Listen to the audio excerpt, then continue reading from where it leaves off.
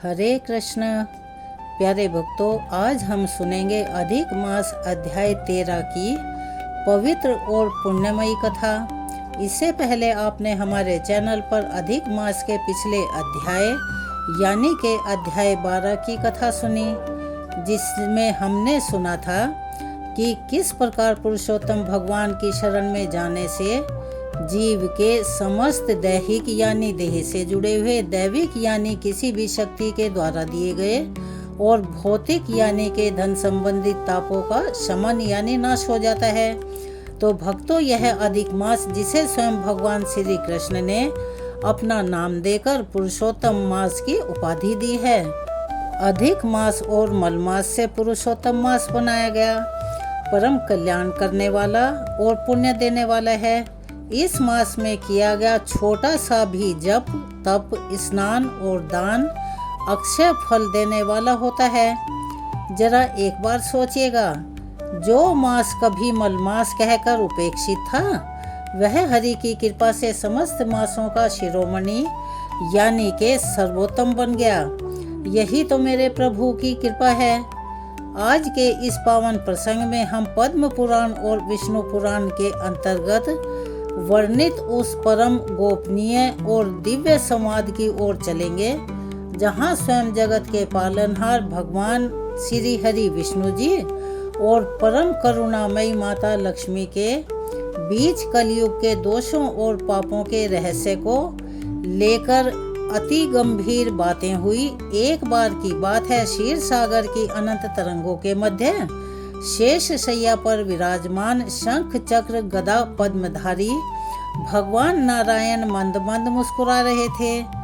उनके चरण कमलों को अपने हाथों से दबाती हुई साक्षात ऐश्वर्य और करुणा की देवी महालक्ष्मी अत्यंत व्याकुल दिखाई दे रही थी। माता लक्ष्मी के सुंदर मुखमंडल पर चिंता की लकीरें साफ झलक रही थी। वे बार बार धरती लोक की ओर देखती और उनके नेत्र अश्रुओं से परिपूर्ण हो जाते। अंतर्यामी प्रभु से अपनी आज्ञा शक्ति की यह व्याकुलता नहीं छिपी।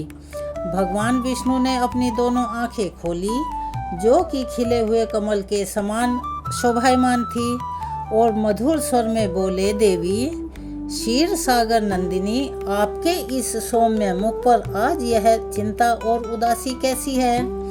आप तो समस्त संसार को आनंद और समृद्धि देने वाली हैं, फिर आपके मन में यह कैसी चिंता उत्पन्न हो गई?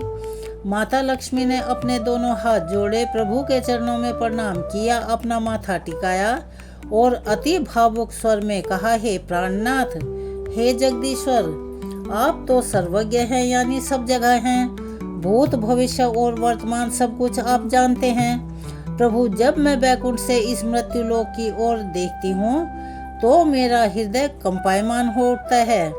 द्वापर युग का अंत निकट है और पापी आत्मा कली का आगमन होने वाला है। हे स्वामी, मुझे कलयुग के पापों का वह रहस्य बताइए जिसके कारण जीव अंधकार के गर्त में गिर जाता है। अब कली के प्रभाव से मानव का धर्म, उसकी बुद्धि और उसका आचरण कैसा होगा? कृपा करके विस्तार से बताइए। भगवान श्री हरि विष्णु ने माता लक्ष्मी की इस लोक कल्याणकारी भावना को देखकर अत्यंत संतोष व्यक्त किया। वे उठकर बैठ गए और गंभीर वाणी में बोले, हे प्रिय, आपने संपूर्ण मानव जाति के उद्धार के लिए अति सुंदर प्रश्न किया है।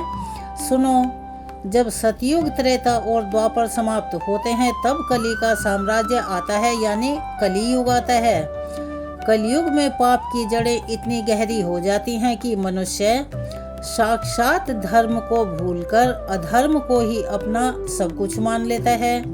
और अगर हम कलयुग के पापों के मूल रहस्य की बात करें तो उसमें सबसे पहला और विनाश करने वाला लक्षण क्या होगा?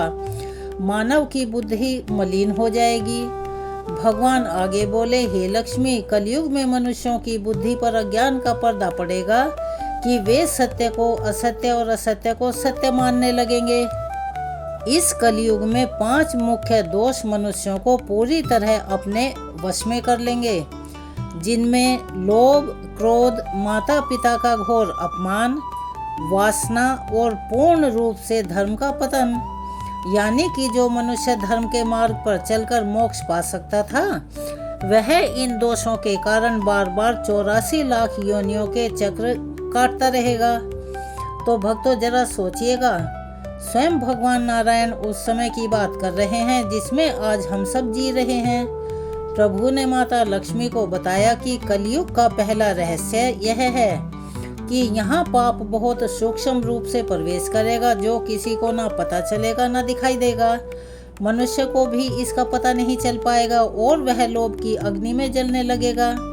भगवान विष्णु आगे कहते हैं, हे देवी, कलयुग में लोभ का ऐसा तांडव होगा कि भाई भाई का दुश्मन बन जाएगा। धन की जो पिपासा यानी कि उसकी प्यास, उसका लालच इतना बढ़ जाएगा कि मनुष्य सगे संबंधियों का गला घोटने में यानी उनकी हत्या करने में भी संकोच नहीं करेगा।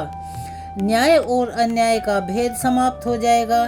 लोग दूसरों का धन हड़पने के लिए असत्य यानी झूठ, कपट यानी के छल प्रपंच का ही सहारा लेंगे। ब्राह्मण अपने कर्तव्य से विमुख होकर धन के पीछे भागने लगेंगे। राजा प्रजा का रक्षण करने के बजाय उनका भक्षण करने लगेगा और वैश्य व्यापार में केवल छल कपट को ही मुख्यता दी जाएगी, यानी कि चारों ओर केवल मेरा मेरा की ही गूंज होगी, यानी मेरे मेरे की ही पुकार सुनाई देगी। माता लक्ष्मी यह सब सुनकर बड़ी दुखी हुई और कहने लगी, प्रभु, क्या कली के प्रभाव से मनुष्य इतना संवेदनहीन हो जाएगा? क्या उसमें तनिक भी संतोष नहीं बचेगा? भगवान ने लंबी सांस ली और कहा, नहीं देवी, संतोष नाम का तो लोभ ही हो जाएगा। मनुष्य के पास जितना धन होगा उतनी उसकी तृष्णा और भी बढ़ जाएगी। लोभ के कारण ही समाज में ईर्ष्या द्वेष का जन्म होगा। लोग दूसरों की उन्नति को देखकर अंदर ही अंदर जल उठेंगे। जहाँ लोभ होता है वहाँ क्रोध का आना निश्चित है। क्रोध कलयुग का वह दूसरा भयंकर अस्त्र है जो विवेक को यानी बुद्धि को पूरी तरह से खत्म कर देगा और एक पल भर के क्रोध में आकर मनुष्य बड़े से बड़ा जघन्य यानी कि बहुत बड़ा अपराध कर बैठेगा। पति पत्नी का पवित्र संबंध जो कि 7 जन्मों का बंधन माना जाता है, वह इस क्रोध और अहंकार के कारण तिनके की तरह टूटने लगेगा। समाज में शांति नाम की कोई भी चीज नहीं रहेगी। आप इस बात को समझ रहे हैं कि भगवान विष्णु ने कितने वर्ष पूर्व ही आज की स्थिति का वर्णन कर दिया था। यह कथा केवल एक प्रसंग मात्र नहीं है, यह हमारे जीवन का दर्पण है, आईना है, शीशा है। पुरुषोत्तम मास में इस कथा को सुनने का अर्थ ही यही है कि हम अपने भीतर झांकें और देखें कि कहीं हमारे भीतर तो यह लोभ और क्रोध घर नहीं कर गया है। भगवान विष्णु ने माता लक्ष्मी को कलयुग के पापों का रहस्य बताते हुए एक अत्यंत मर्म स्पर्शी यानी के दिल को छूने वाली बात कही। प्रभु बोले, हे प्रिय, कलयुग का सबसे बड़ा और हृदय विदारक पाप जो मुझे सबसे अधिक दुखी करता है वह होगा संतानों द्वारा अपने पूजनीय माता पिता का अपमान और उनकी कही हुई बातों की उपेक्षा। माता पिता जो कि इस पृथ्वी पर साक्षात सादगी और त्याग की प्रतिमूर्ति माने जाते हैं, जिन्होंने अपनी संतानों के लिए अपना सर्वस्व न्यौछावर कर दिया यानी कि अपनी खुशियों को झोंक दिया, वे ही माता पिता कलयुग में अपनी ही संतानों के लिए बोझा बन जाएंगे। संतानें अपनी पत्नी के वशीभूत होकर अपने स्वार्थ में अंधे होकर बूढ़े माता पिता को घर से निकालने लगेंगे या उन्हें तड़पने के लिए छोड़ देंगे। देवी, जिस घर में माता पिता की आंखों से आंसू गिरने लगे उस घर में समझ लें कि वहाँ पर कभी भी शांति, सुख और समृद्धि नहीं रह सकती और यहाँ तक कि आप उस घर से रूठ कर चली जाती हैं और वहाँ मेरा भी वास कभी नहीं हो सकता। माता लक्ष्मी के नेत्रों से यह सुनकर अविरल अश्रुधारा बहने लगी। वे सोचने लगी कि जो मनुष्य अपने जन्मदाताओं का आदर नहीं कर सकता वो ईश्वर की भक्ति भला क्या करेगा। भगवान ने कथा को आगे बढ़ाते हुए कहा, हे देवी, इस लोभ, क्रोध और अपनों के अपमान का अंतिम परिणाम होगा पूर्ण रूप से धर्म का पतन। लोग वेदों की निंदा करने लगेंगे, पुराणों को कोरी कल्पना मानेंगे, संतों और महात्माओं का मजाक उड़ाएंगे। मंदिर केवल पर्यटन के केंद्र बन जाएंगे। वहाँ जो भक्ति भाव होना चाहिए वो खत्म हो जाएगा। गंगा आदि पवित्र नदियां मनुष्यों के पाप धोते धोते स्वयं मलिन होने लगेंगी। लोग स्नान दान दीपदान जैसी पवित्र क्रियाओं को अंधविश्वास कहने लगेंगे। इस प्रकार 4 चरणों वाला धर्म कलयुग के अंत तक आते आते केवल एक कमजोर पैर पर खड़ा रह जाएगा और समाज में केवल अधर्म दुराचार और यहाँ वहाँ जहाँ देखो वहाँ हाहाकार ही मचा होगा। यही कलयुग का वो भयानक सत्य है भक्तों, जो भगवान विष्णु ने माता लक्ष्मी के सामने प्रकट किया। परंतु प्रभु की कथा कभी भी केवल भय उत्पन्न करने के लिए नहीं होती, उसमें कल्याण का मार्ग भी छुपा होता है। यानी कि अगर समस्याएं हैं तो उनका समाधान भी है। इस गंभीर विमर्श के बीच यानी बातचीत के बीच ही प्रभु ने एक ऐसी कथा कही जो जीवों को इस कली सागर से पार लगाने वाली है, जिसका विस्तार हम इस अपने पावन वीडियो में कर रहे हैं। प्रभु आपकी लीला अपरंपार है। इस प्रकार भगवान श्री हरि विष्णु ने माता लक्ष्मी को कली के समस्त दोषों से अवगत कराया, यानी उन्हें बताया, जिसे सुनकर संपूर्ण सृष्टि कांप उठी। हे देवी महालक्ष्मी, भगवान नारायण के इन वचनों को सुनकर क्षीर सागर का कोमल वातावरण भी जैसे अति गंभीर हो गया। सृष्टि के रचयिता और पालनहार कली के दोषों का ऐसा सजीव वर्णन कर रहे हों तो माता लक्ष्मी का करुणामयी हृदय भला कैसे स्थिर टिका रह सकता था। माता लक्ष्मी ने अति विनीत भाव से अपने दोनों हाथ को जोड़ा और प्रभु के मुखमंडल की ओर देखते हुए कहा, हे दयानिधि, हे अच्युत, कलयुग के पापों का यह रहस्य तो अत्यंत डराने वाला है, भयानक है। जो आपके ही अंश हैं वे जीव भला इस कली रूपी महासागर में डूबने से किस प्रकार बचेंगे। हे प्रभु, जहाँ लोभ क्रोध अहंकार और माता पिता का घोर अपमान ही मनुष्यों का एक स्वभाव बन जाएगा, वहाँ धर्म की रक्षा किस प्रकार होगी। और अगर कोई जीव इस घोर कली काल में भी आपका सानिध्य पाना चाहे यानी निकटता पाना चाहे तो उसके लिए क्या मार्ग है। प्रभु, क्या कलयुग में कोई ऐसी दिव्य कथा, कोई ऐसा प्रसंग या कोई ऐसा साधन नहीं है जो इन समस्त पापों को एक पल में भस्म कर दे यानी नष्ट कर दे। कृपा करके मुझे कोई ऐसी पौराणिक कथा सुनाइए जो कली के इन भयंकर विकारों को नष्ट करने का सामर्थ्य रखती हो। भगवान श्री हरि विष्णु ने मुस्कुराते हुए माता लक्ष्मी की ओर देखा और बोले, हे देवी, तुम धन्य हो जो इस प्रकार संसार के कल्याण के लिए बेचैन हो रही हो। सुनो प्रिय, जहाँ कली के पास पापों का भयंकर बल है, वहीं मेरे पास भक्तों के उद्धार के लिए एक परम गोपनीय और अत्यंत पवित्र पावन साधन है, जो कि अधिक मास या पुरुषोत्तम मास के नाम से जाना जाता है। इस मास में जो भी मनुष्य पवित्र श्रद्धा भाव से मेरी कथाओं को मात्र सुनता है, उसके कोटि कोटि जन्मों के पाप स्वतः ही नष्ट हो जाते हैं। चलो देवी, तुम्हें इसी संदर्भ में पद्म पुराण और स्कंद पुराण में वर्णित एक अति प्राचीन और दिव्य कथा सुनाता हूँ। उसे ध्यानपूर्वक सुनिएगा, जिससे तुम्हें पता चलेगा कि कली के दोषों से मुक्ति का रास्ता क्या है। भगवान विष्णु ने कथा शुरू करते हुए कहा, हे प्रिय, प्राचीन काल में नर्मदा नदी के पावन तट पर अत्यंत समृद्ध और सुंदर नगरी बसी हुई थी। वहाँ सुमेधु नामक का एक अत्यंत तपस्वी सदाचारी और वेदों के ज्ञाता ब्राह्मण रहा करते थे।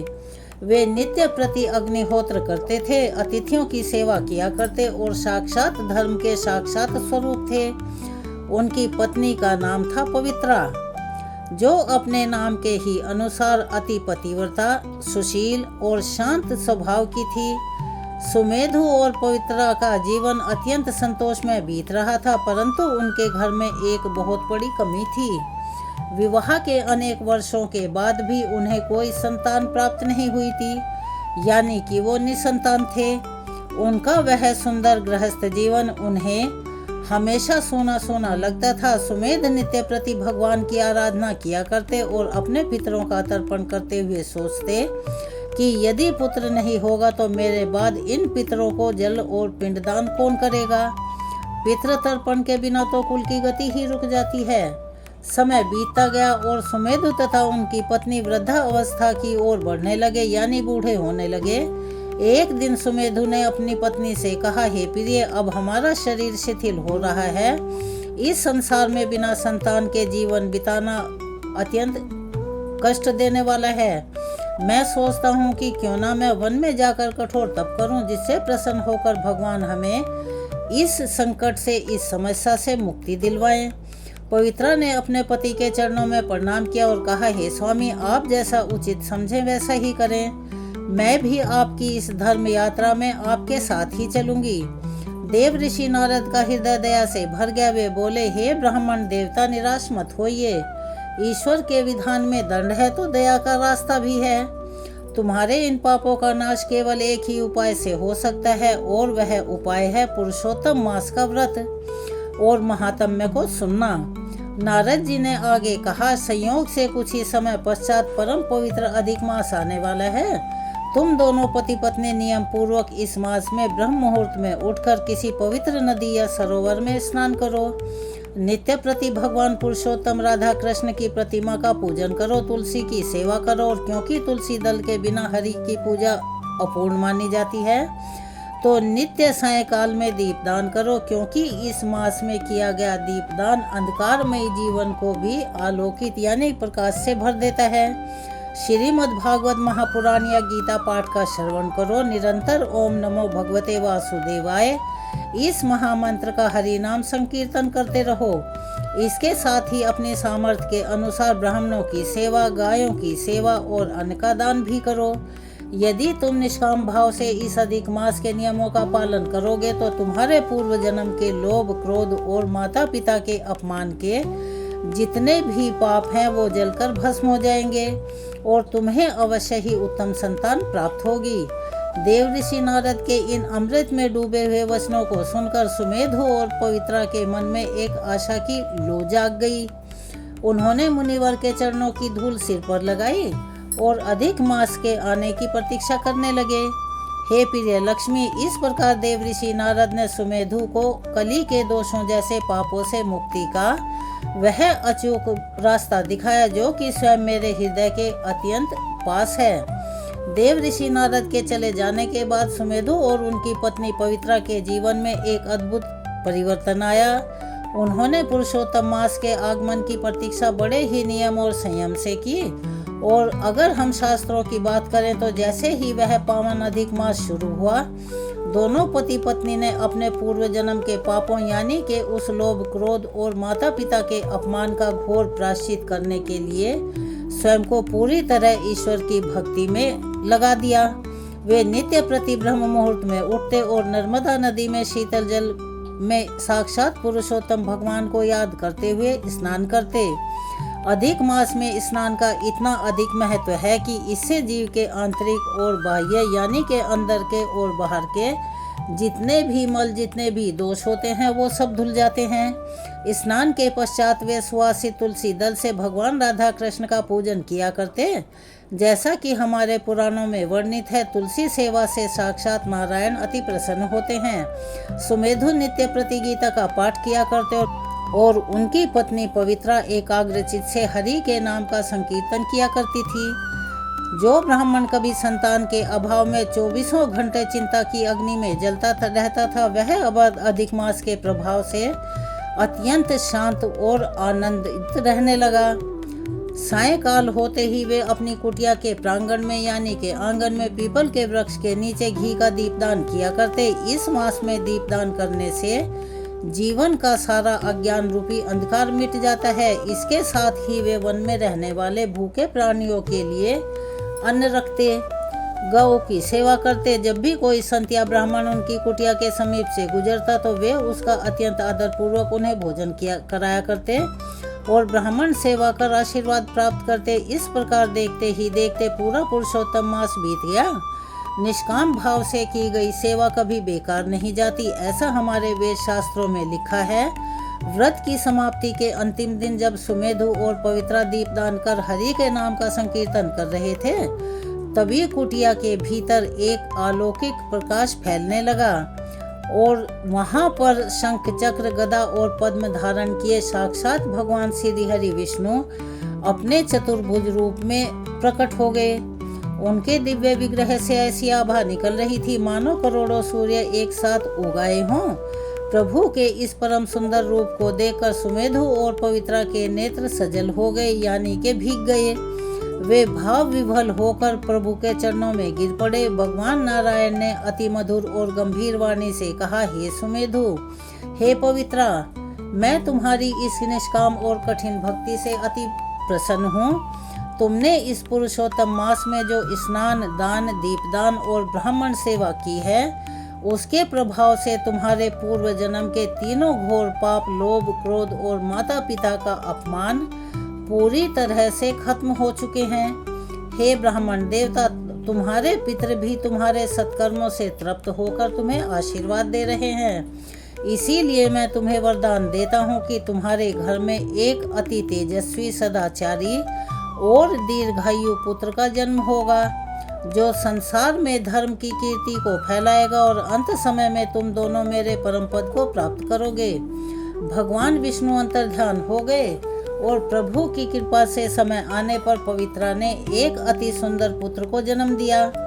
इस कथा को सुनाकर भगवान श्री हरि विष्णु ने माता लक्ष्मी की ओर देखा और बोले, हे प्रिय, देखा आपने जो पाप कली के प्रभाव से मनुष्यों को नरक की ओर ले जाते हैं, वे ही पाप मेरे इस पुरुषोत्तम मास की महिमा से आग में तिनके की तरह जलकर भस्म हो जाते हैं। यही इस अधिक मास का सबसे बड़ा रहस्य और महत्व है। अब चतुर्थ खंड माता लक्ष्मी ने जब भगवान विष्णु के मुख से इस दिव्य और पौराणिक कथा का तार्किक अंश सुना तो उनका हृदय आनंद और संतोष से विभोर हो गया। वे समझ गई कि मेरे प्रभु कितने करुणामय, यानी करुणा करने वाले और अपने भक्तों की कली के दोषों से बचाने के लिए स्वयं पुरुषोत्तम मास के रूप में पृथ्वी पर अवतरित होते हैं। अब हम इस परम पावन कथा के आध्यात्मिक निष्कर्ष यानी के सीख और जीवन के शिक्षा की ओर चलते हैं, जो कि हमारे कल्याण के लिए अति जरूरी है। सुमेधु और पवित्रा की इस कथा से हमें क्या धर्म संदेश मिलता है? हमें यह कथा यह शिक्षा देती है कि चाहे हमारे पूर्व जन्म के पाप कितने भी बड़े, कितने भी गंभीर क्यों ना हो, यदि हम सच्चे मन, विश्वास और श्रद्धा से भगवान की शरण में आ जाएं, तो पुरुषोत्तम मास के नियमों का पालन करें तो हमारा उद्धार निश्चित है। आज कलयुग में मनुष्य हर पल लोभ और क्रोध के वश में होकर अपनों का दिल दुखाता है, उन्हें नुकसान पहुंचाता है, यहाँ तक कि उनकी हत्या करने से भी नहीं चूकता। परंतु जो मनुष्य इस अधिक मास में वासना और अहंकार का त्याग कर दीपदान करता है, तुलसी की सेवा करता है, गौ की सेवा करता है और उसका जीवन तुरंत बदल जाता है। श्रीमद् भागवत और गीता पाठ का सिर्फ सुनना ही बुद्धि देता है, जो कि हमें कली के थपेड़ों से यानी के दोषों से बचाता है। यह अधिक मास हमें अपने माता पिता के प्रति हमारे कर्तव्यों को भी याद दिलाता है। जिस सुमेधु ने अपने पापों का प्रायश्चित कर पितरों को तृप्त किया, उसी प्रकार हमें भी अपने जीवित माता पिता की सेवा को ही सर्वोपरि मानना चाहिए। माता पिता का सम्मान और ब्राह्मण सेवा ही साक्षात नारायण की पूजा है। तो मेरे प्यारे भक्तों, कली काल के इस अंधकार में हरि नाम का संकीर्तन ही वह एकमात्र मौका है और नौका है जो हमें भवसागर से पार लगा सकती है। इस मास में किया गया छोटा सा भी पुण्य कभी विफल नहीं होता, वह अक्षय हो जाता है। इसीलिए अपने व्यस्त जीवन से थोड़ा सा समय निकालिए, प्रभु के चरणों में अवश्य ही लगाइएगा। यह पावन कथा यहीं पर पूर्ण होती है। यदि आपको प्रभु की यह दिव्य लीला और पुरुषोत्तम मास का यह महात्म्य आनंद देने वाला लगा हो, तो हमारा अनुरोध है कि आप वीडियो को लाइक करें, ज़्यादा से ज़्यादा शेयर करें और अपने कमेंट्स में श्री हरि जरूर लिखें। चलिए अब हम चलते हैं इसी कथा के आगे के वृतांत की ओर। पद्म पुराण के पुरुषोत्तम मास महात्म्य में एक अति पवित्र पावन प्रसंग आता है। यह प्रसंग भगवान श्री कृष्ण, माता लक्ष्मी और देव ऋषि नारद की बातचीत यानी के संवाद से जुड़ा हुआ है। यही कारण है कि सनातन परंपरा यानी धर्म में अधिक मास की कथा को केवल व्रत कथा ही नहीं बल्कि स्वयं भगवान पुरुषोत्तम की कृपा का द्वार माना जाता है। एक समय वैकुंठ धाम में भगवान श्री हरि विष्णु विराजे हुए थे। चारों ओर दिव्य प्रकाश फैला हुआ था। देवगण स्तुति कर रहे थे। उसी समय माता लक्ष्मी भगवान के चरणों में बैठकर उनसे धर्म, भक्ति और कलयुग के जीवों के कल्याण का उपाय पूछने लगी। माता लक्ष्मी ने कहा, प्रभु, कलयुग के मनुष्य दुखों से घिर चुके हैं। जिस तरफ भी नजर उठती है उन सभी के घरों में कलह क्लेश, दरिद्रता, धन का अभाव, रोग, पीड़ा, मानसिक अशांति फैली हुई है। ऐसे में कौन सा ऐसा उपाय है जो आपकी कृपा उन्हें दिला सकता है, यानी आपकी निकटता उन्हें उपलब्ध करवा सकता है। तब भगवान श्री हरि बोले, देवी, जब अधिक मास आता है तब यह समस्त मासों में श्रेष्ठ हो जाता है, क्योंकि यह मेरा प्रिय पुरुषोत्तम मास है। और इस पुरुषोत्तम मास में जो मनुष्य स्नान, दान, जप, तप, गीता पाठ, दीपदान, तुलसी सेवा और कथा को सुनता मात्र है, उस पर मेरी विशेष कृपा बरसती है। यह स्वयं भगवान श्री हरि का वचन है। स्कंद पुराण में भी ऐसा वर्णित है कि अधिक मास में किया गया पुण्य अनेक गुना यानी के अक्षय होकर फलीभूत होता है। तब माता लक्ष्मी ने भगवान से एक अति गंभीर प्रश्न पूछा। उन्होंने कहा, नाथ, पृथ्वी पर असंख्य लोग मुझे पाने की इच्छा रखते हैं। हर कोई चाहता है कि उसके घर में धन, सुख, समृद्धि बनी रहे, परंतु मैं किस घर में स्थायी रूप से निवास करूं? जरा सोचिए इस बात को, यह बात कितनी गहरी है। यह प्रश्न स्वयं धन की अधिष्ठात्री माता लक्ष्मी जी विष्णु भगवान से पूछ रही हैं। तब भगवान श्री हरि मुस्कुराए और बोले, देवी, तुम उसी घर में निवास करना जहाँ पुरुषोत्तम मास की कथा होती हो, जहाँ मेरे नाम का कीर्तन होता हो, जहाँ तुलसी की और गौ माता की सेवा होती हो, ब्राह्मणों का अपने माता पिता का सम्मान होता हो, जहाँ अतिथि को देवता समझकर पूजा जाता हो, भोजन की दिया जाता हो, जहाँ संध्या के समय दीपदान होता हो, जहाँ गीता और भागवत का पाठ होता हो। तो यही कारण है कि हमारे सनातन धर्म में अधिक मास के समय घर घर कथा सुनने और करवाने की परंपरा प्राचीन काल से चली आ रही है, क्योंकि जहाँ कथा होती है वहाँ केवल शब्द नहीं बोले जाते, वहाँ भगवान की कृपा बरसती है।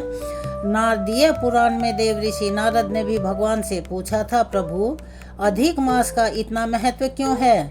तब भगवान बोले, नारद, पूर्व काल में यह मास अत्यंत दुखी था।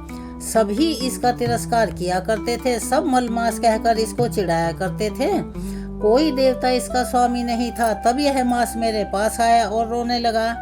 यह वही प्रसिद्ध पुरुषोत्तम मास का महात्म्य है जिसका वर्णन पद्म पुराण में वर्णित है। भगवान ने कहा, वो मास रोते हुए बोला, प्रभु, सभी लोग मुझे मलमास कहकर अपमानित करते हैं। कोई शुभ कार्य मुझ में नहीं करता, मेरा कोई सम्मान नहीं। तब भगवान श्री हरि को उस मास पर अति दया आई। उन्होंने उसे अपने हृदय से लगा लिया और कहा, आज से तुम मेरे नाम से जाने जाओगे, तुम पुरुषोत्तम मास कहलाओगे। जो भी मनुष्य इस मास में व्रत, दान, जप, तप और कथा कहेगा उसे विशेष फल प्राप्त होंगे। तो जरा सोचिए, जिसे संसार ने तिरस्कृत किया यानी जिसको अपमानित किया, भगवान ने उसे अपने नाम से महान बना दिया। यानी कि भगवान सदैव उसी का हाथ पकड़ते हैं जो दुखी होकर उनकी शरण में जाता है। तब माता लक्ष्मी ने भगवान से कहा कि हे प्रभु, यदि यह मास आपका स्वरूप है तो मनुष्य इस मास की कथा करेगा, क्या उस पर भी विशेष कृपा होगी? भगवान बोले, देवी, जो मनुष्य श्रद्धा से पुरुषोत्तम मास की कथा सुनता है उसके घर का धन का अभाव यानी कि दरिद्रता धीरे धीरे दूर होने लगती है, उसके पितरों को शांति मिलती है, उसके घर में कलह क्लेश कम होने लगते हैं और उसके मन में भक्ति जागृत हो जाती है। यही कारण है कि शास्त्रों में अधिक मास को मोक्ष देने वाला मास कहा गया है। भविष्य पुराण में ऐसा वर्णित है कि इस मास में यदि कोई मनुष्य एक समय भोजन करके भगवान को याद करे तो उसे भी महान पुण्य की प्राप्ति होती है। यदि कोई गंगा, यमुना या किसी भी पवित्र नदी में स्नान करे, तुलसी के पास दीपक जलाए, ब्राह्मण को भोजन कराए, गौ माता को हरा चारा दे और कोई हरि नाम का संकीर्तन करे तो भगवान पुरुषोत्तम अति प्रसन्न होते हैं और उसकी सभी प्रकार के कष्ट और समस्याएं दूर कर देते हैं।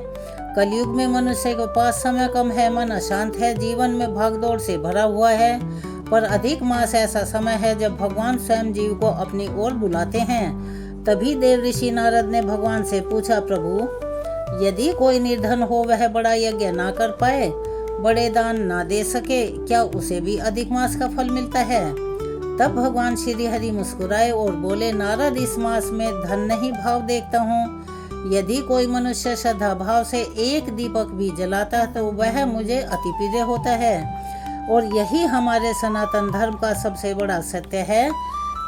आपने रामायण में भी पढ़ा होगा, शबरी के बेर भगवान को प्रिय हो जाते हैं और विदुर के घर का सादा भोजन भगवान खा लेते हैं। सुदामा का चिवड़ा भगवान को मस्त कर देता है। क्यों? क्योंकि भगवान वस्तु नहीं प्रेम देखते हैं।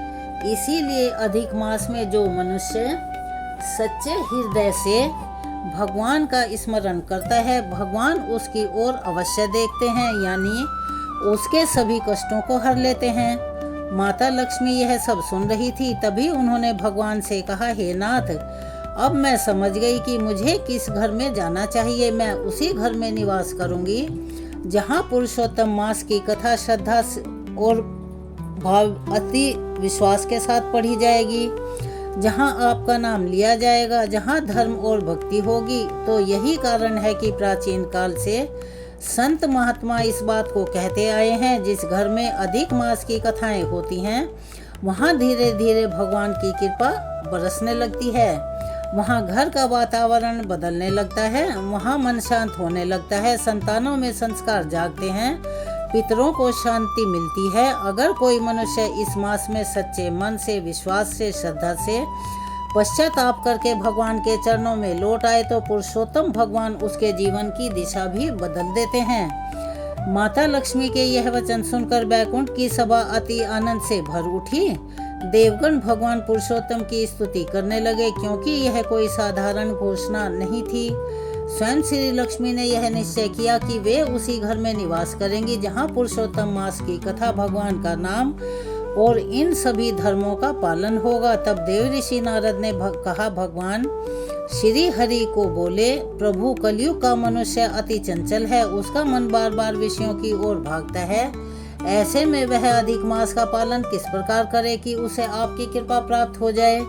तब भगवान श्री हरि बोले, नारद, कलयुग में सबसे सरल साधन हरि का नाम है। जो मनुष्य अधिक मास में श्रद्धा से मेरा नाम लेता है, कथा को सुनता है, दूसरों को सुनाता है या पढ़ता है, तुलसी माता की सेवा करता है और अपनी सक्षमता के अनुसार दान पुण्य करता है, मैं स्वयं उसके निकट रहने लगता हूँ, यानी उसके साथ रहता हूँ।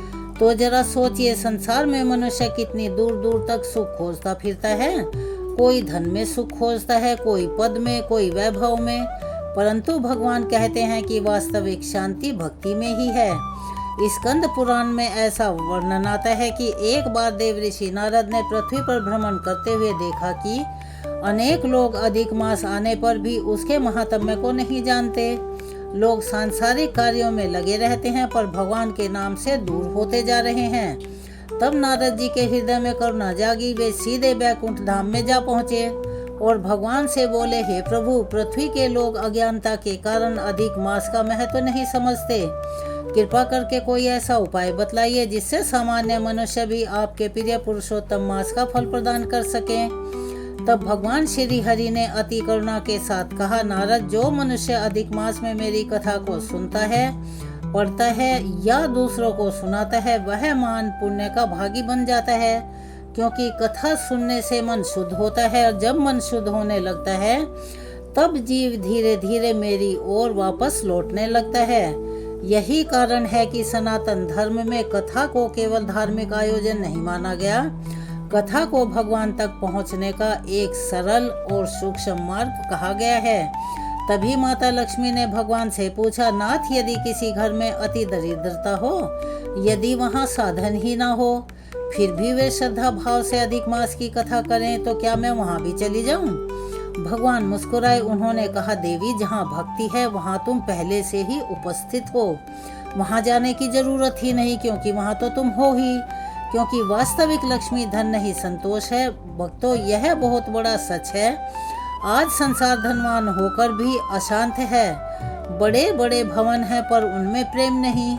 भोजन बहुत है पर संतोष नहीं, साधन बहुत सारे हैं लेकिन घर में भगवान का नाम नहीं, और दूसरी ओर वह भक्त है जिसके पास थोड़ा है पर भगवान का नाम है, इसीलिए उसके भीतर शांति ही शांति है। विष्णु पुराण में बताया गया है कि जो घर संध्या समय दीपक से प्रकाशित होता है और जहाँ भगवान को याद किया जाता है, वहाँ दरिद्रता अधिक समय तक नहीं ठहर सकती। इसीलिए अधिक मास में दीपदान का विशेष महत्व बताया गया है। भक्तों, दीपक केवल तेल या बाती से नहीं जलता, दीपक मनुष्य के भीतर भी जलता है। जब मनुष्य भगवान का नाम लेता है तो उसके भीतर का अज्ञान धीरे धीरे खत्म होने लगता है। तब देवऋषि नारद ने भगवान से पूछा, प्रभु, अधिक मास में सबसे श्रेष्ठ दान कौन सा माना गया है? भगवान बोले, नारद, इस मास में अन्नदान, गाय की सेवा, वस्त्र यानी कपड़े का दान, जल दान और धर्म ग्रंथों का दान अति पुण्य देने वाला बताया गया है। परंतु जो किसी मनुष्य को भगवान के नाम से जोड़ दे, उसका पुण्य सबसे महान है। यदि किसी भूखे को भोजन मिल जाए तो उसका शरीर और आत्मा दोनों तृप्त होते हैं। यदि किसी भटके हुए मनुष्य को भगवान का नाम मिल जाए तो उसका तो जीवन ही परिवर्तित हो जाता है। इसीलिए संत महात्मा गांव-गांव जाकर कथा सुनाते थे। वे केवल कथा नहीं सुनाते थे, वे लोगों के भीतर सोई हुई भक्ति को जागृत करते थे। भविष्य पुराण में कहा गया है कि अधिक मास में जो मनुष्य एक भी दिन सच्चे मन से भगवान का स्मरण करता है, उसका महान कल्याण होता है। और अगर कोई पूरे मास श्रद्धा भाव से नियम पालन करें तो उसके अनेक जन्मों के पाप भी क्षीण होकर खत्म होने लगते हैं। अधिक मास में केवल व्रत रखने का समय नहीं, वह स्वयं को बदलने का समय है। यदि मनुष्य इस मास में क्रोध कम कर दे, झूठ बोलना छोड़ दे, माता पिता का सम्मान और सेवा करे, सभी प्राणियों पर दया करे, चाहे वो पशु हो, पक्षी हो, इंसान हो, भोजन से पहले भगवान को भोग लगाए तो उसका जीवन पवित्र होने लगता है। तभी माता लक्ष्मी ने भगवान से कहा, नाथ, पृथ्वी पर लोग मुझे केवल धन के रूप में जानते हैं, परंतु आज आपने मुझे समझाया कि जहाँ धर्म नहीं वहाँ लक्ष्मी स्थिर नहीं रहती। भगवान बोले, देवी, जो धन मनुष्य को अहंकारी बना दे वह लक्ष्मी नहीं, परीक्षा है। वास्तविक लक्ष्मी वही है जो मनुष्य को दानी, विनम्र और धार्मिक बनाए। यही कारण है कि हमारे ऋषि मुनि सदा ये कहते हैं, धन आए तो भगवान का धन्यवाद करो और दुख आए तो भगवान पर विश्वास रखो, क्योंकि दोनों ही स्थितियों में मनुष्य की परीक्षा ली जाती है। तभी देवऋषि नारद ने हाथ जोड़कर कहा, प्रभु, कृपा करके यह भी बतला दीजिए कि अधिक मास में कौन कौन से ऐसे कार्य हैं जो विशेष रूप से करने चाहिए। भगवान श्री हरि बोले, प्रातः काल उठो, स्नान करो, मुझे याद करो, मेरा स्मरण करो, गीता का पाठ करो, तुलसी को जल अर्पित करो, हरि नाम का संकीर्तन करो और संध्या के समय दीपदान करो, गाय माता को भोजन दो और हरा चारा दो, ब्राह्मणों का सम्मान करो, अपने माता पिता का सम्मान करो, सामर्थ्य के अनुसार दान करो। ये भगवान ने अपने मुख से कहा है। सामर्थ्य से ज़्यादा दान करना कभी भी अच्छा नहीं होता, क्योंकि दान उतना ही करना चाहिए जितनी अपनी सामर्थ्य हो। जो मनुष्य ऐसा करता है उसका मन धीरे धीरे निर्मल यानी शुद्ध होने लगता है। जब मन निर्मल होता है तभी उसमें भगवान का प्रकाश यानी कि उनका नाम, उनकी शक्ति उतरने लगती है। उसी समय बैकुंठ में हरि बोल की ध्वनि गूंजने लगी। देवगण भगवान की स्तुति करने लगे, क्योंकि भगवान स्वयं कलयुग के जीवों के कल्याण का मार्ग बता रहे थे। माता लक्ष्मी भगवान के चरणों को निहार रही थी। अब उनके मन में कोई भी शंका नहीं थी। अब उन्होंने निश्चय कर लिया था, वे उसी घर में रहेंगी जहाँ पुरुषोत्तम मास की कथा श्रद्धा भाव से सुनी जाएगी, जहाँ भगवान का नाम प्रेम से लिया जाएगा, जहाँ धर्म को धन से ऊपर रखा जाएगा। और मेरे प्यारे भक्तों, यही कारण है कि आज भी संत महात्मा कहते हैं, अधिक मास में कथा अवश्य ही सुनो, क्योंकि जहाँ कथा होती है वहाँ धीरे धीरे भगवान की कृपा उतरने लगती है। तो प्यारे भक्तों, बैकुंठ की इस दिव्य सभा में भगवान श्री हरि के मुख से पुरुषोत्तम मास का महात्म्य सुनकर देव ऋषि नारद का हृदय भक्ति से भर गया। उन्होंने ऐसा महसूस किया, उन्हें अनुभव होने लगा कि कलयुग के जीवों के लिए इससे सरल और पवित्र मार्ग दूसरा कोई नहीं हो सकता। तब नारद जी ने भगवान से कहा, प्रभु, पृथ्वी पर मनुष्य अनेक प्रकार के दुखों से घिरा हुआ है। कोई रोग से दुखी है, कोई संतान के दुख से, कोई दरिद्रता से, कोई मानसिक अशांति से। ऐसे में यदि वह अधिक मास में आपकी शरण में आए तो क्या वास्तव में उसका कल्याण हो सकता है? भगवान श्री हरि बोले, नारद, जो मनुष्य सच्चे हृदय से मेरी शरण में आता है मैं उसे कभी नहीं त्यागता। अधिक मास में तो विशेष रूप से मेरे ही स्वरूप का मास है। इस मास में किया गया छोटा सा पुण्य भी जीव के जीवन की दिशा को बदल सकता है।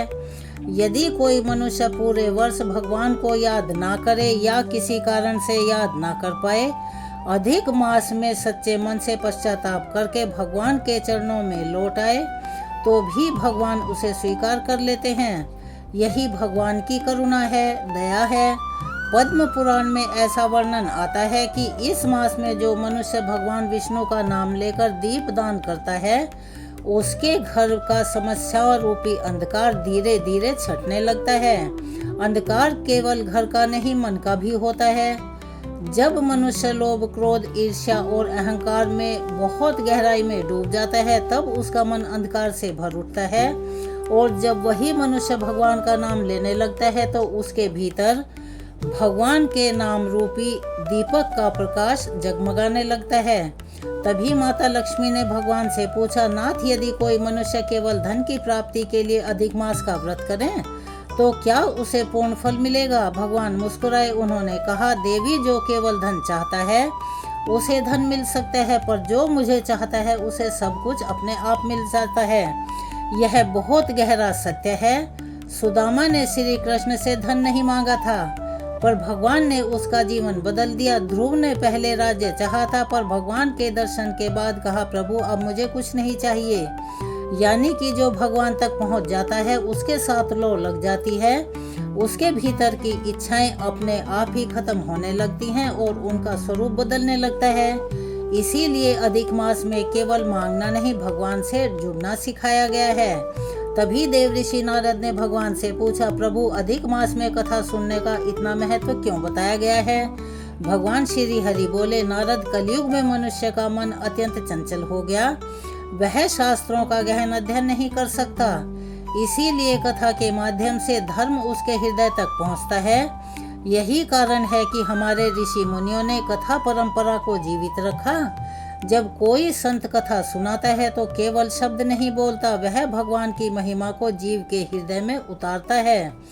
स्कंद पुराण में ऐसा वर्णित है कि जहाँ भगवान की कथा होती है वहाँ देवता अदृश्य रूप से उपस्थित रहते हैं। इसीलिए कथा स्थल को तीर्थ के समान माना गया है। अगर किसी घर में प्रतिदिन कलह क्लेश होता हो, मन अशांत रहता हो, संतान माता पिता का सम्मान ना करते हो, उसी घर में भगवान का नाम गूंजने लगे तो धीरे धीरे वहाँ का वातावरण परिवर्तित होने लगता है।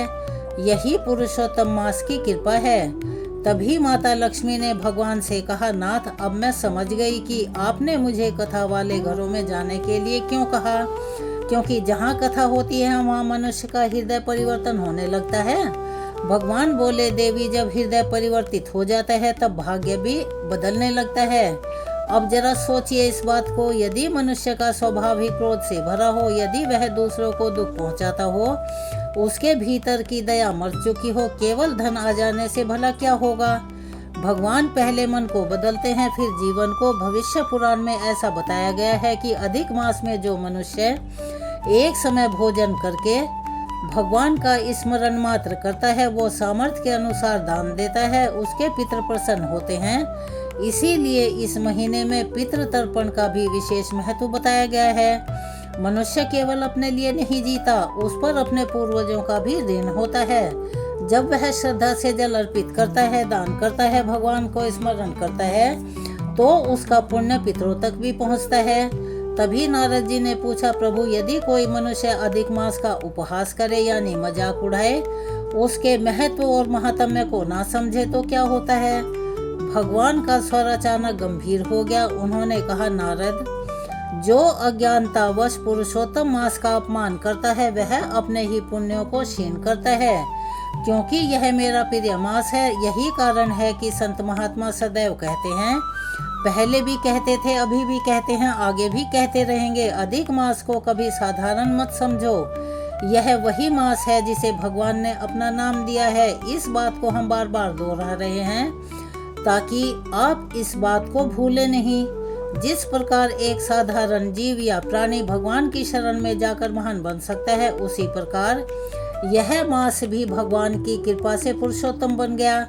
तभी माता लक्ष्मी ने हाथ जोड़े और भगवान से कहा, नाथ मैं इस बात का प्रण करती हूँ, यानी कि इस बात की शपथ उठाती हूँ कि जहाँ श्रद्धा से आपकी कथा होगी, बेशक वो पढ़ी जाए, सुनी जाए या दूसरों को सुनी जाए, तुलसी की सेवा होगी, हरि नाम का संकीर्तन होगा, गौ माता को चारा दिया जाएगा, ब्राह्मणों और माता पिता का सम्मान होगा, मैं वहीं निवास करूंगी। यह सुनकर देवगण जय श्री हरि बोल उठे। बैकुंठ की वह सभा भक्ति से भर उठी। उसी समय भगवान श्री हरि ने कलयुग के जीवों के लिए अंतिम उपदेश दिया। जो मनुष्य अधिक मास में अपने जीवन को धर्म से जोड़ लेता है, उसका जीवन धीरे धीरे शुद्ध होने लगता है।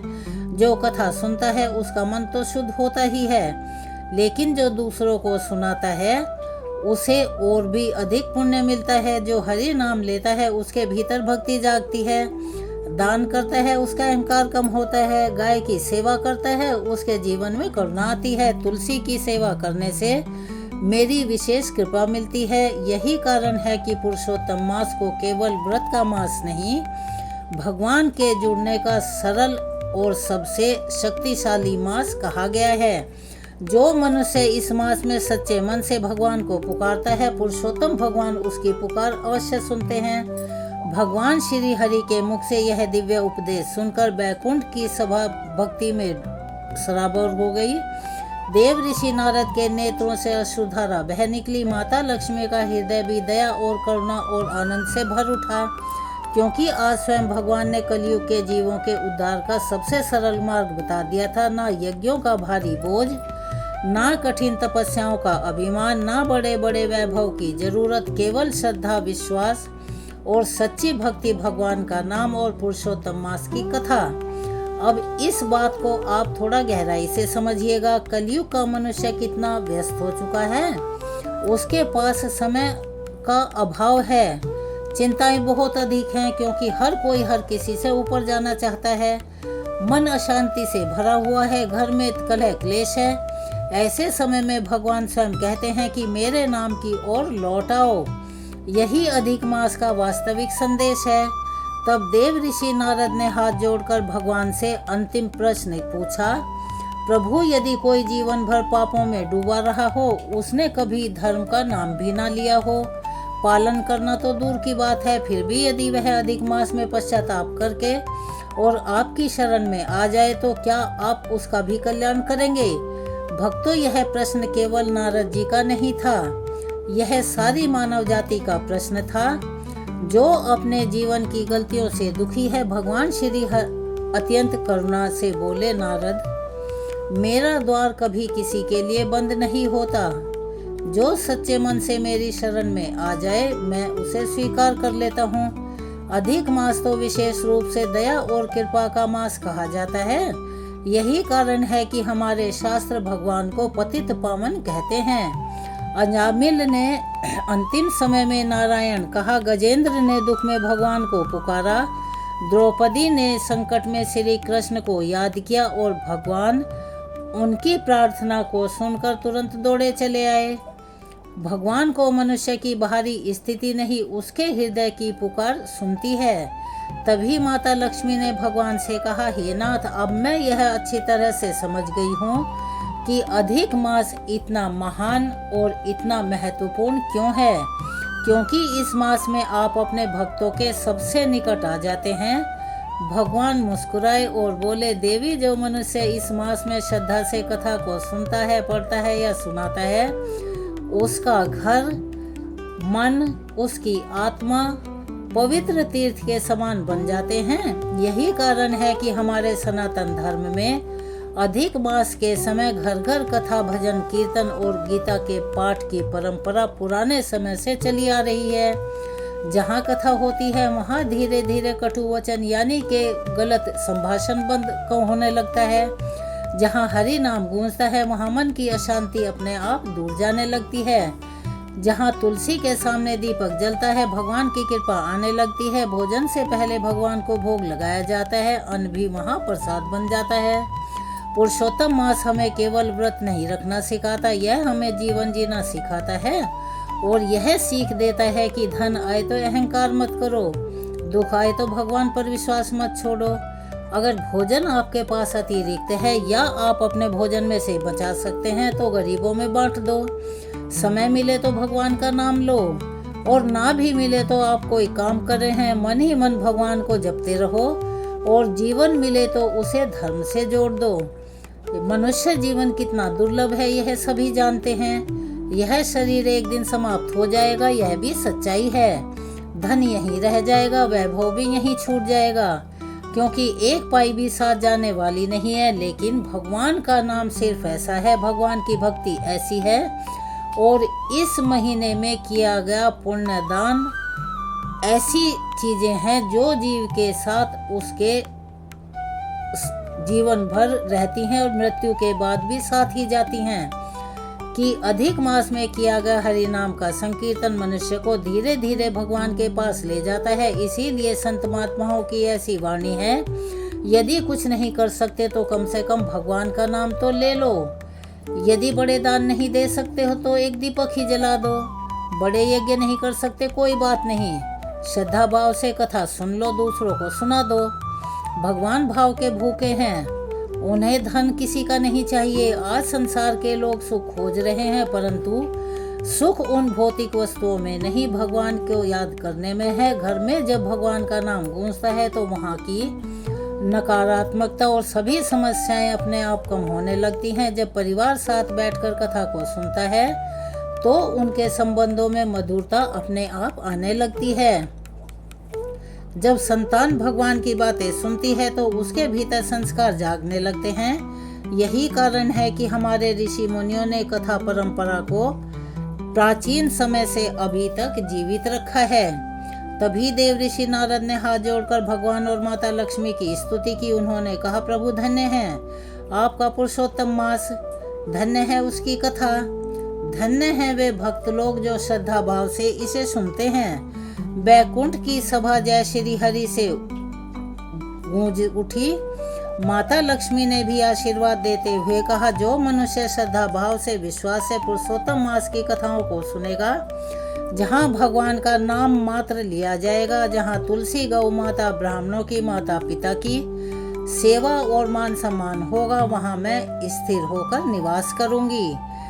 यही वह दिव्य वचन है जिसे सुनकर संत महात्मा सदियों से अधिक मास का महात्म्य सुनाते आ रहे हैं। इसीलिए इस पावन पवित्र मास में प्रातः स्नान कीजिए, गीता का पाठ, तुलसी की सेवा, दीपदान, गौ माता की सेवा, पितरों के लिए तर्पण, माता पिता का सम्मान, ये सभी धर्म से जुड़ी हुई बातें कीजिए। अपने अंदर भी उतारिए और अपनी संतान के भी।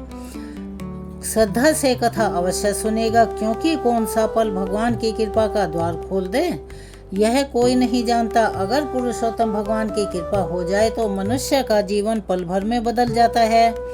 चलिए अब हम सब मिलकर करते हैं तुलसी चालीसा का पाठ, क्योंकि तुलसी भगवान विष्णु को अति प्रिय है। जय जय तुलसी भगवती सत्यवती सुखदानी, नमो नमो हरि प्रेयसी श्री वृंदा गुण खानी। श्री हरि शीश विराजनी, देहु अमर वर अम्ब, जनहित हे वृंदावनी, अब ना करहु विलम्ब। धन्य धन्य श्री तुलसी माता, महिमा अगम सदा श्रुति गाता। हरि के प्राण हो से तुम प्यारी, हरि ही हेतु कीनो तप भारी। जब प्रसन्न है दर्शन दीनो, तब कर जोरी विनय उस कीनो। हे भगवंत कंत मम हो, दीन जानि जनि छाड़हु छोहु। सुनि लक्ष्मी तुलसी की बानी, दीनो शाप कद्ध पर आनी। उस अयोग्य वर मांगन हारी, हो विटप तुम जड़ तनुधारी। सुन तुलसी श्रप्यो ते ही ठामा, करहु वास तुहु नीचन धामा। दियो वचन हरि तब तत्काला, सुनहु सुमुख जनि होउ विहाला। समय पाई व्योहरो पाती तोरा, पूजिहो आस वचन सत मोरा। तब गोकुल मह गोप सुदामा, तासु भई तुलसी तू बामा। कृष्ण रास लीला के माही, राधे शक्य प्रेम लखि नाही। दियो शाप तुलसी ही तत्काला, नरलोक ही तुम जन्महु बाला। यो गोप वह दानव राजा, शंख चूड़ नामक शिर ताजा। तुलसी भई तासु की नारी, परम सती गुण रूप अगारी। अस द्वय कल्प बीती जब गयौ, कल्प तृतीय जन्म तब भयौ। वृंदा नाम भयो तुलसी को, असुर जलंधर नाम पति को। करी अति द्वंद अतुल बल धामा, लीना शंकर से संग्रामा। जब निज सैन्य सहित शिव हारे, मरहि न तब हर हरि पुकारे। पति व्रता वृंदा थी नारी, को न सके पति ही संगारी। तब जलंधर ही वेश बनाई, वृंदा ढिग हरि पहुँचो जाई। शिव हित लहि करी कपट प्रसंगा, कियो सतीत्व धर्म तो ही भंगा। भयो जलंधर कर संघारा, सुनि उर शोक उपारा। तिहि शन दियो कपट हरि टारी, लखि वृंदा दुख गिरा उचारी। जलंधर जस हत्यो अभीता, सोई रावण तस हरि सीता। अस प्रस्तर सम हृदय तुम्हारा, धर्म खंडी मम पति ही संघारा। यही कारण लहि श्राप हमारा, होवे तनु पाषाण तुम्हारा। सुनि हरि तुरत ही वचन उचारे, दियो श्राप बिना विचारे। लख्यो न निज करतूति पति को, छलन चाहियो जब पार्वती को। जड़मति तुहु अस हो जड़ रूपा, जगमह तुलसी विटप अनूपा। धग्व रूप हम शालिग रामा, नदी गंडकी बीच ललामा। जो तुलसी दल हम ही चढ़े हैं, सब सुख भोगी परम पद पई हैं। बिनु तुलसी हरि जलत शरीरा, अतिशय उठत शीश उर पीरा। जो तुलसी दल हरि शिर धारत, सो सहस्त्र घट अमृत डारत। तुलसी हरि मन रंजनिहारी, रोग दोष दुख भंजनिहारी। प्रेम सहित हरि भजन निरंतर, तुलसी राधा में नहीं अंतर। व्यंजन हो 56 हो प्रकारा, बिनु तुलसी दल ना हरि ही प्यारा।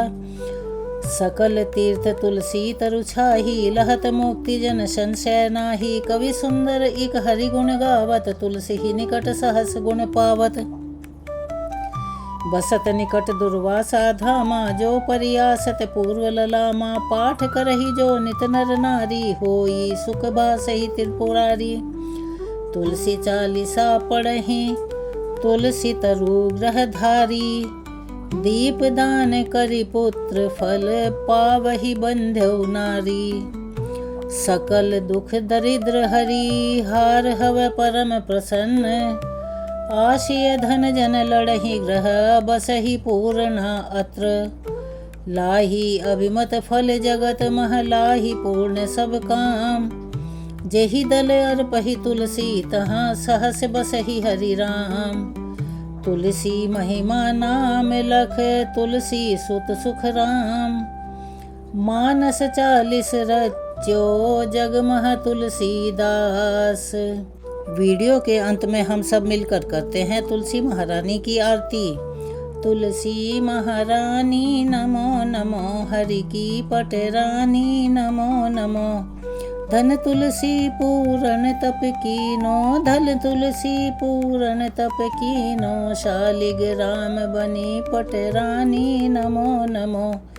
तुलसी महारानी नमो नमो। जाके पत्र मंजरी, कोमल श्रीपति कमल चरण लपटानी नमो नमो। तुलसी महारानी नमो नमो, हरि की पटरानी नमो नमो। धूप दीप नववैध आरती, धूप दीप नववैध आरती। पुष्पन की वर्षा बरसानी नमो नमो। तुलसी महारानी नमो नमो, हरि की पटरानी नमो नमो। छप्पन भोग 36 व्यंजन, छप्पन भोग 36 व्यंजन, बिन तुलसी हरि एक न मानी। नमो नमो तुलसी महारानी, नमो नमो हरि की पटरानी, नमो नमो। सब सखी मैया तेरो यश गावें, सब सखी मैया तेरो यश गावें, भक्ति दान दीजे महारानी। नमो नमो तुलसी महारानी, नमो नमो हरि की पटरानी, नमो नमो तुलसी महारानी, नमो नमो हरि की पटरानी, नमो नमो। तुलसी महारानी की आरती यहाँ समाप्त होती है। आप सभी से निवेदन है, प्लीज़ चैनल को सब्सक्राइब करें, वीडियो को लाइक करें, ज़्यादा से ज़्यादा शेयर करें, बेल आइकन को भी अवश्य ही दबाएं। मिलते हैं अगली वीडियो में, तब तक के लिए आप सभी को जय श्री कृष्णा, राधे राधे, हर हर महादेव। अपना सहयोग प्रदान करना मत भूलिएगा। जय श्री कृष्णा, धन्यवाद।